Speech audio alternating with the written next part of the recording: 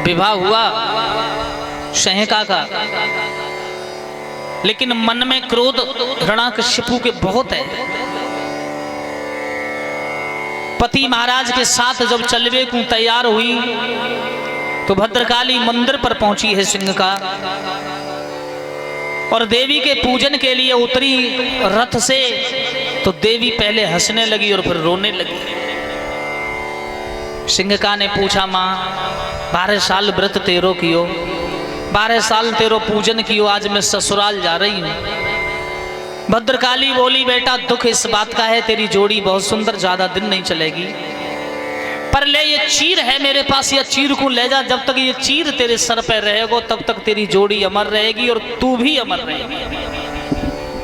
वो शीतला चीर भद्रकाली से मिला है सिंह का को। ये चीर जब तेरे ऊपर होएगा तो ना तुझे अग्नि जला पाएगी, ना तुझे बारिश भिगो पाएगी, कोई भी संकट तेरे ऊपर नहीं आएगा।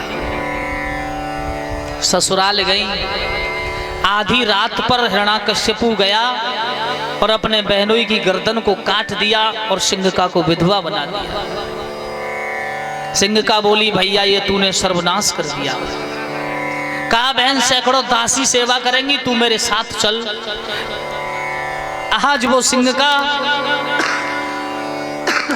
अपने यहां पहुंची है और मैके में जीवन व्यतीत कर रही है। जिस समय मैके में सिंह का जीवन व्यतीत कर रही हैं, आंगन में आई, भैया चिंतित नजर आते हो। हाँ, ये मेरा दुश्मन प्रहलाद सबसे बड़ा दुश्मन है, और जब तक ये नहीं मरेगा तब तक मुझे चैन आने वाला नहीं। भैया ये बहुत छोटी सी बात है, या तो मैं बिल्कुल भस्म कर दूंगी।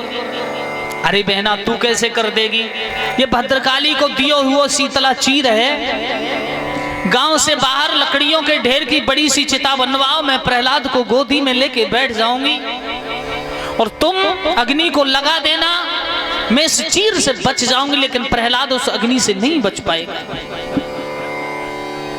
बड़ा सुंदर लकड़ियों का ढेर लगवाया गया है और उस लकड़ियों के ढेर की ओर सिंघका ने प्रहलाद से कहा, बेटा प्रहलाद। प्रहलाद बोलो, कहो बुआ, चलो भजन करेंगे। प्रहलाद बोलो, तू कब से भक्तनी हैगी, तू मंत्र जानती है कैसे भजन होवे। सिंघका बोली, बेटा तो तू ही बता दियो कान में बाई से, तेरे साथ मैं भी भक्ति करूंगी। प्रहलाद बोलो, बुआ भजन एकांत को होवे। तो सिंघका बोली, मैंने एकांत में तो को बड़ी अच्छी जगह बनाई है, वहीं दोनों बैठ के करेंगे भजन। चल उंगली पकड़ी छोटे से प्रहलाद ने और सिंघका लेके पहुंची जहां लकड़ियों की बड़ी ढेर लगी चिता बनी है। प्रहलाद गोदी में बैठे हैं, सिंघका चूनर को ओढ़े बैठे। प्रहलाद ने कही, श्री कृष्ण गोविंद हरि मुरारी, हे नाथ नारायण वासुदेवा। आंखें बंद करी, जपना शुरू किया। बुआ कहने लगी, भैया लगाओ आग, काम तमाम फाइनल हो जातो है। वो कहाँ मंत्र पढ़वो जाने। हिरण्याकश्यप ने इशारा पाके अग्नि को लगा दिया। भगवान का सिंहासन हिला। भगवान ने वायु देवता से कहा, हम किसी का अपमान करना नहीं चाहते, जो चीज सिंह का ओढ़े है उसे झट से खींच के प्रहलाद को लपेट दो। वायु देवता अंदर प्रवेश किया और चीर को उतारा, प्रहलाद ढक दिया। अग्नि देवता से कहा, सिंह का बच ना जाए और प्रहलाद जल ना जाए, ध्यान रखना। अरे कहां प्रभु का आदेश कौन टालने वाला है भैया। गरम गरम लपट अग्नि की जब लगी, सिंह का बोली, बेटा छोड़ दे। प्रहलाद बोलो, बुआ मन से भजन कर ले। सिंह का बोली, मैं जल रही हूं, छोड़। प्रहलाद बोले, बिल्कुल ना जलूंगा, भजन करे करे भजन। चिल्लाती रही, चिंघाड़ती रही। प्रहलाद बैठे रहे गोदी में, तप बल से नहीं उठने दिया और सिंह का जल करके भस्म हो गई। बोली भक्त प्रहलाद की। संपूर्ण नगरी की आंखों में आंसू, बहनाएं माताएं सब रो रही थी। कितना निर्दयी पिता, कितना सुंदर बालक, और उस सुंदर बालक को किस तरह से जलाया। सारी रात अग्नि की लपटें आसमान को छूती रही।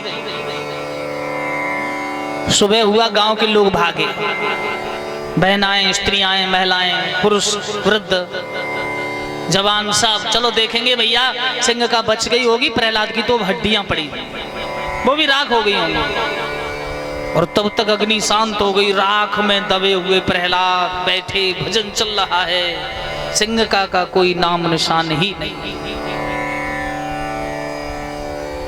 भगवत प्रेमियों, प्रहलाद उठे, वृद्ध माताओं को लगा बच गया हमारा बेटा, प्रहलाद को उठाया, गले से लगा लिया, बहनाओं ने गले से लगाया।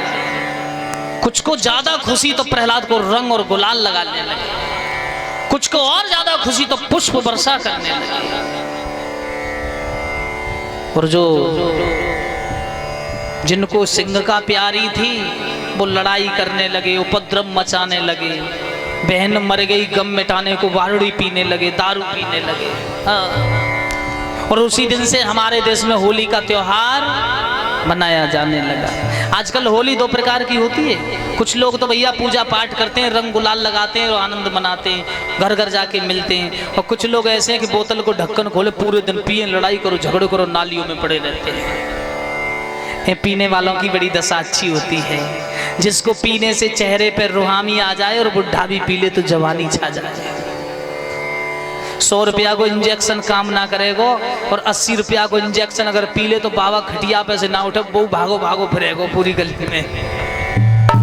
इनकी दशा बहुत अच्छी है। ये 14वां रत्न बताते हैं, अभी आगे आएगी 14 समुद्र मंथन की कथा। श्री रंभा विश्वारणी अमी शंख गजराज धेनु धनंतर कल्प तर और चक्र मणिबाज, ये 14 रत्न समुद्र से निकले, उनमें ये दारू भी निकली थी महाराज। परीक्षित महाराज कहाँ है?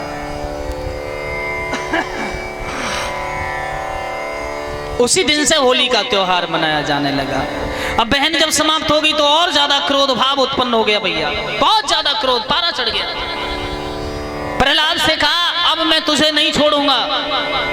बोल तेरा भगवान कहाँ है? बोले मेरा भगवान तुम्हारे अंदर भी, मेरे अंदर भी, मेरे अंदर तुम्हारे अंदर। हाँ, तलवार में? बोले इस तलवार में मेरा भगवान। बोले इस खम्मे में? बोले खम्मे में मेरा भगवान। खम्मे को अग्नि से गर्म कर रखा है। बोले अगर इस खम्मे में तेरा भगवान है तो कौली भर क्यों नहीं मिलता अपने भगवान से? प्रहलाद ने दोनों हाथ जोड़े, प्रभु मैं गले मिलने आ रहा हूं, मुझे गले से लगा लो ना भगवान, मैं आ रहा हूं। भगवान एक छोटी सी चींटी बन के खम्मे पर रिगने लगे। प्रहलाद ने देखा ये चींटी नहीं जलती तो मैं भी नहीं जलूंगा। भगवान ने उस खम्मे को बिल्कुल शीतल कर दिया। प्रहलाद ने हंसते हंसते प्रभु उस खम्मे की कौली को भर लिया और उस दुष्ट ने प्रहलाद को कस के रस्सी से बांध दिया और तलवार लेके कहा अब मैं तुझे जिंदा नहीं छोड़ूंगा।